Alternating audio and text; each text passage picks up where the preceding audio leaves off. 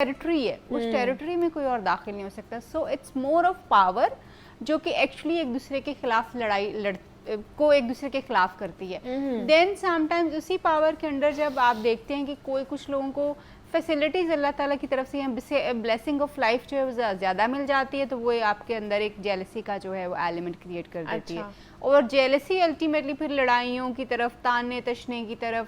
اگر آپ کے پاس تھوڑی سی زیادہ سہولیات ہو گئی تو اکثر آپ کو رشتہ دار کہتے ہوں گے آپ کو اب کیا فرق پڑتا ہے, آپ تو بہت امیر ہو گئے ہیں, یا آپ کے پاس تو 10 نوکر ہیں آگے پیچھے کام کرنے والے, آپ کو کیا پتا ہو کہ کیسے کام ہوتا ہے. تو یہ اس طرح کی چیزیں جو ہے نا آپ کو ان کی زبان سے نظر آنا شروع ہو جاتی. That is actually power, jealousy اور کمپٹیشن جو ہے یہ ہماری فیملی پالیٹکس کو جو ہے بہت زیادہ بڑھا دیتا ہے. یہ 3 ایلیمنٹس جو ہیں بہت زیادہ نظر آتے ہیں. خاص طور پر یہ جب آپ کا ایک تو بہت بڑا خاندان ہو ڈاکٹر طاہرہ, تو اس میں یہ جو کمپٹیشن اینڈ والا ایلیمنٹ ہے نا, یہ سب سے زیادہ دیکھا جاتا ہے کہ جی اچھا چچا نے یہ کر لیا تو ہم نے کیوں نہیں کیا, اب ہم نے بھی ان سے بڑھ کر کرنا ہے, اور تایا نے کر لیا یا ماما نے کر لیا تو ہم کیوں پیچھے رہ گئے ہیں. تو یہ جو کمپٹیشن والا ایلیمنٹ ہے نا, یہ بہت زیادہ. اور اکثر لوگ آپ کو آپ کے خاندان میں یہ کہتے ہوئے نظر آئیں گے, مثلا آپ نے اپنا گھر تھوڑا سیٹ کر لیا ہے نا, دیکھو ان کے پاس اتنا پیسہ آ گیا ہے, ان کو سمجھ ہی نہیں آتی یہ لگائیں کہاں پہ, تو انہوں نے ڈیکوریشن پیسز کے اوپر لگانا شروع کر دیا. So this is how you actually reflect your jealousy جو ہوتی ہے نا, انسیکیورٹی جس طرح سے آپ ایکچولی جیلسی آپ اپنی نکالتے ہیں کہ آپ سے وہ برداشت نہیں ہو پا رہا ہوتا چیزیں. سو کمپٹیشن جو ہے آف کورس وہ فیملیز کو بہت ساری چیزوں کے اوپر جو ہے وہ ہونا شروع ہو جاتا ہے. اور پھر وہ کہتے ہیں نا, ایک پنجابی کی مثال ہے کہ ساتھ والے کا منہ اگر لال ہے تو اپنا تھپڑ مار کے لال کر لیں. تو وہ ایکچولی پھر آپ کو ایک ایسی سچویشن میں لے جاتا ہے جہاں پہ آپ مسلسل کمپٹیشن میں رہیں گے, اور پھر آپ کی وہ جو چھوٹی چھوٹی خوشیاں جو ہیں وہ ساری اس کمپٹیشن کی نظر جو ہے وہ ہو جاتی ہیں, کیونکہ آپ ایک دوسرے سے اخلاقیات میں بہتر ہونے کی کوشش نہیں کرتے, فیملی بانڈنگ میں بہتر ہونے کی کوشش نہیں کرتے, آپ ایک دوسرے سے مٹیریلسٹک چیزوں میں بہتر ہونے کی کوشش کرتے ہیں, وچ روئن یور فیملی الٹیمیٹلی. اور اس پالیٹکس میں یہ سمجھتی ہوں کہ بڑوں کا رول جو ہوتا ہے بہت زیادہ امپورٹنٹ ہوتا ہے. بڑوں کا مطلب یہ ہے کہ آپ کے پیرنٹس جو ہیں, آپ کے ان لاز جو ہیں وہ, اور دادا دادی اگر آپ بلیسڈ ہیں ان کو اپنی زندگی میں رکھنے کے لیے, تو وہ پھر ان لوگوں کا رول جو بڑا امپورٹنٹ ہوتا ہے کہ انہوں نے ایکچولی جو جنریشنل آپ کی لیگیسی ہے وہ آگے کیسے انہوں نے ٹرانسفر کی ہوئی ہے, کیسے انہوں نے اپنے بچوں کو, پوتوں کو اور گرینڈ چلڈرن جو ہیں ان کو کیسے سکھایا اور کیا سکھایا ہوا. اور انہوں نے دیکھا کیا ہے. اگر انہوں نے یہ دیکھا ہوا ہے کہ چچا کی تو بنتی نہیں ہے بابا سے, یا چچی کی امی کے ساتھ نہیں بنتی, ہمیشہ ایک ٹسل چلتی رہتی, تو بچوں کی بھی وہ چیزیں اسی طرح سے ایک دوسرے کے ساتھ کمپٹیشن میں چلی جاتی ہیں.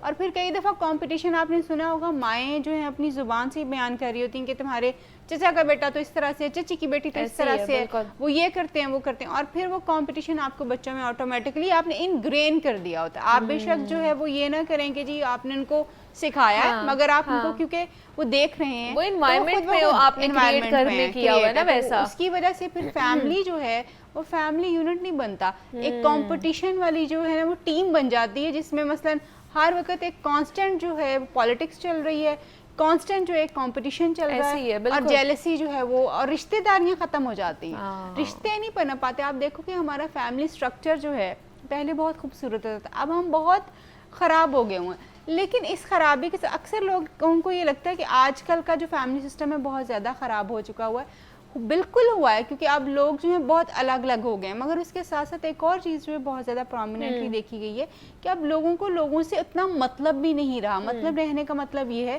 کہ لوگوں کو لگتا ہے کہ یار جو کچھ بھی ان کے گھر, اب یہ والی جنریشن کی میں بات کر رہی ہوں, ہاں یہ تھوڑے سے چینج ہے. ہاں یہ لوگ یہ سمجھتے ہیں کہ جی ٹھیک ہے اگر ان کے پاس یہ سارا کچھ ہے سو واٹ, اور وہ اتنا انفلوئنس بھی نہیں کرتا ان کو.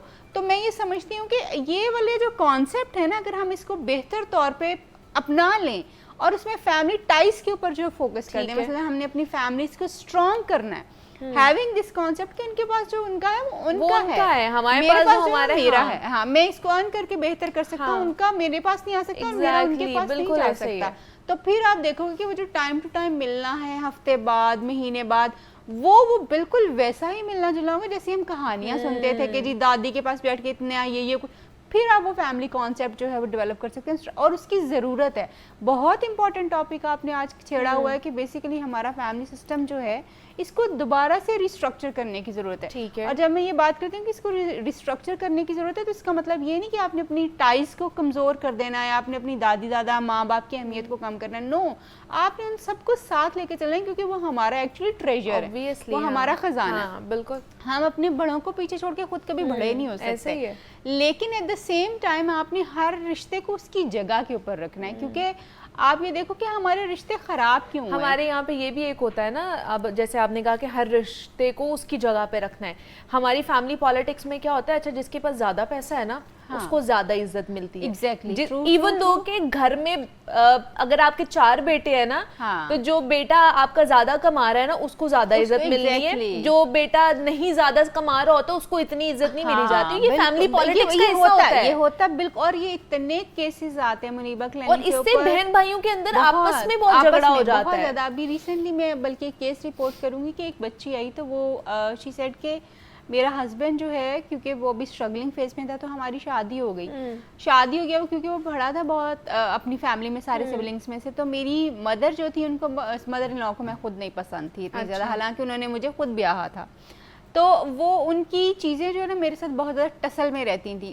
الٹیمیٹلی وہ ہوا کیا کہ میرا ہسبینڈ جو ہے وہ زیادہ تر اپنی اماں کی طرف, ماں کی سائڈ لینا is not bad at all, ہمیشہ لینی چاہیے. اس نے آپ کو پرورش کیا ہے, پیدا کیا ہے, بہت حق ہے اس کا, بہت زیادہ حق ہے. مگر اگر آپ یہ کہیں کہ بیوی کے حق کو آپ نگیٹ کر دیں گے تو وہ بھی آپ کی ایک زیادتی ہے. اور یہ ہمارے فیملی سسٹم میں بہت کامن ہے, کیونکہ ہم صرف بات کرتے ہیں ماں کے حقوق کی, باپ کے حقوق کی, ہم بات نہیں کرتے شوہر کے حق کی. یہ شوہر کے حق کی سوری بات ہوتی ہے. بیوی کا حق اس گھر میں کیا ہے, شوہر نے اس کو کس طرح سے پورا کرنا ہے, اس کے اوپر بات بہت زیادہ کم ہوتی ہے. پھر اگر آپ ایک فیملی کا حصہ بنے تو ساس نے کیسے سپورٹ کرنا ہے اپنی بہو کو, یہ بات بہت زیادہ کم ہوتی ہے. کیونکہ ہم جو ہے اس عورت کو جو آپ کے گھر میں آتی ہے اس کو ایکسیپٹ نہیں کر پاتے اتنی جلدی, اس کی جگہ اتنی جلدی کریٹ نہیں ہو پاتی. تو وہ جگہ نہ ہونے کی وجہ سے ہمیں اس کی چھوٹی چھوٹی سی غلطیاں جو ہے نا وہ ہمیں اس کے گناہ لگنا شروع ہو جاتے ہیں. پھر ہم اس پہ ریئیکٹ کرتے ہیں اور اس کی طرف ہمارا ایک نفرت کا رویہ ڈیولپ کر جاتا ہے. اور پھر اگر آپ کا شوہر آواز اٹھانے والا نہ ہو, میں تو یہ کہتی ہوں کہ جو بزدل مرد ہوتا ہے نا بیسیکلی فیملی سسٹم کو وہ خراب کرتا ہے. بزدل مرد جب اپنی وائف کو سپورٹ نہیں کر پاتا, اپنی ماں کی عزت اپنی بیوی سے نہیں کروا پاتا, تو ہی از دا ون جو کہ ایکچولی ساری چیزوں کو خراب کر رہا ہوتا ہے. اور آپ دیکھو گے کہ اگر ایک بچہ اس طرح کے نا تو چھوٹا بیٹا جو ہوتا ہے اس کے وہ ذرا بہتر ہوتا ہے, کیونکہ اس نے سیکھ لیا ہوتا ہے کہ میری بھابھی کے ساتھ یا بھائی کے ساتھ کیا چیزیں ہوئی ہیں. اب اس کی وجہ سے جب وہ نئی بہو گھر میں آتی ہے تو پہلے والی بہو کی اور اہمیت کم ہو جاتی ہے. اور وہ اہمیت کم ہونے کی وجہ سے جیلسی ہوتی ہے اور وہ لڑائی زیادہ بڑھتی ہے کہ جی میرے ٹائم کے اوپر تو مجھے ایسے نہیں ٹریٹ کیا گیا تھا, اس کی بیوی کو اس طرح سے کیوں ٹریٹ کیا جاتا ہے, کیونکہ اس کا شوہر اس کے ساتھ کھڑا ہوتا ہے, بات کرتا ہے, جہاں وہ غلط ہے اس کو وہاں غلط بتایا جاتا ہے, جہاں پہ امی کی غلطی ہے وہاں پہ ان سے تھوڑی سی ڈسکشن کر لی جاتی ہے. ماؤں کو سمجھایا تو نہیں جا سکتا, ان سے بات ضرور کی جا سکتی ہے. تو وہ چیزیں جو ہے نا بیسیکلی میں یہ سمجھتی ہوں کہ فیملی سسٹمز کو جہاں پہ بنانا عورت کے حق میں ہے, رشتوں کو باندھنا, خاندان کو باندھ کے رکھنا عورت کے ہاتھ میں ہوتا ہے, مگر خاندان کو اچھے طریقے سے باندھے رکھنا مرد کے ہاتھ میں ہوتا ہے. اچھا لیکن اس میں ایک اور چیز ایڈ آن کر لیں کہ کیا فیملی پالیٹکس میں مرد بھی اتنے ہی برابر کے شریک ہوتے ہیں؟ بالکل ہوتے ہیں, بالکل ہوتے ہیں. جب فیملیز بنتی ہی دو کاؤنٹر پارٹنرز کی وجہ سے, آدمی اور عورتوں کی وجہ سے, تو وہ شامل کیوں نہیں ہوں گے؟ یوزلی کہا جاتا ہے نا کہ فیملی پالیٹکس خواتین کرتی ہیں, پیچھے بیٹھ کے گوسپس کرتی ہیں, باتیں کرتی ہیں.